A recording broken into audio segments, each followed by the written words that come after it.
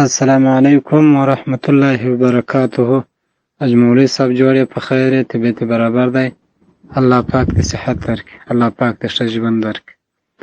زه مولوي محمد مظلومیار له هلمند څخه در سره په لین کې وم. تا چې کومه دوا ماته هغه اوبه را فرمایلې وې، نو هغه اوبه مې څښلې بالاخره هغه سټرالکا شربت د سنکل څکک دغه مې ورسره کارول، خو اوبه مې زیاتې څښلې.